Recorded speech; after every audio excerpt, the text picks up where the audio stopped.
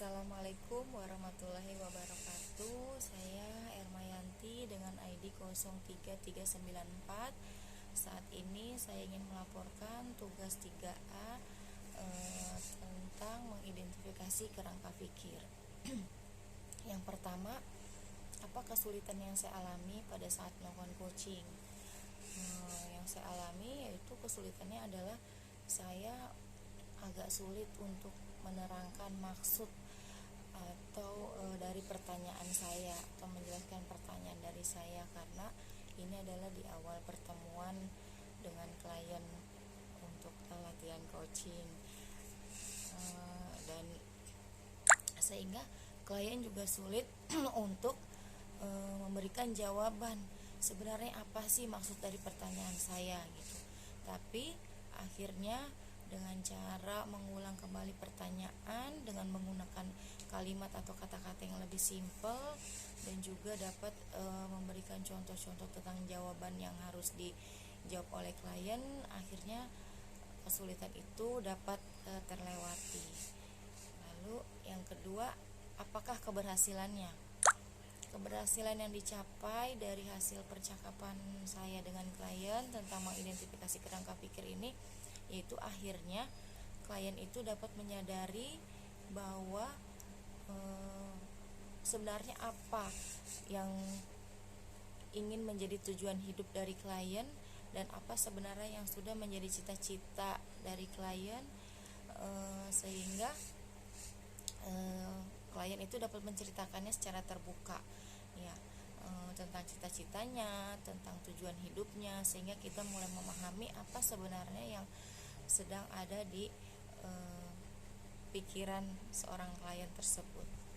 Lalu yang ketiga, apa sih pelajaran yang saya dapat dari praktek latihan percakapan ini?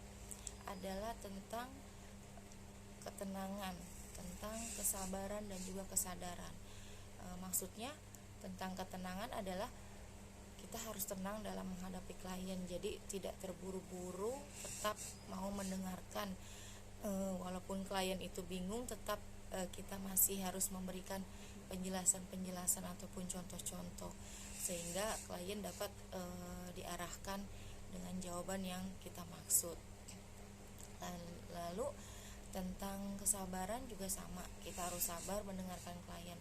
Jadi kalau kliennya masih bingung, kita tetap pancing dengan pertanyaan yang sama tapi dengan menggunakan kalimat atau kata-kata yang lebih sederhana.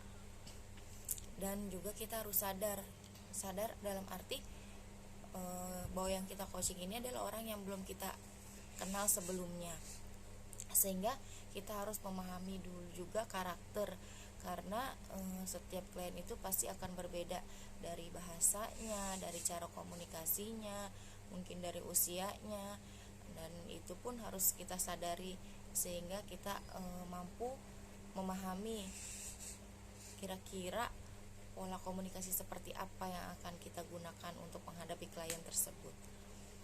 Lalu yang keempat adalah tentang tentang langkah-langkah apa yang akan saya lakukan selanjutnya, yaitu saya akan tetap belajar tentang komunikasi yang lebih baik lagi, karena saya menyadari untuk melakukan coaching itu kita harus mempunyai banyak kosakata yang baik, banyak kosakata yang lebih mudah dimengerti mungkin dari penekanan kalimat saya pada saat bertanya kepada klien. Itu yang harus saya perbaiki di kemudian hari, dan juga harus lebih banyak praktek pada orang-orang yang lebih banyak, dan mungkin orang-orang yang tidak mungkin saya kenal. Terima kasih, itu laporan saya. Wassalamualaikum warahmatullahi wabarakatuh.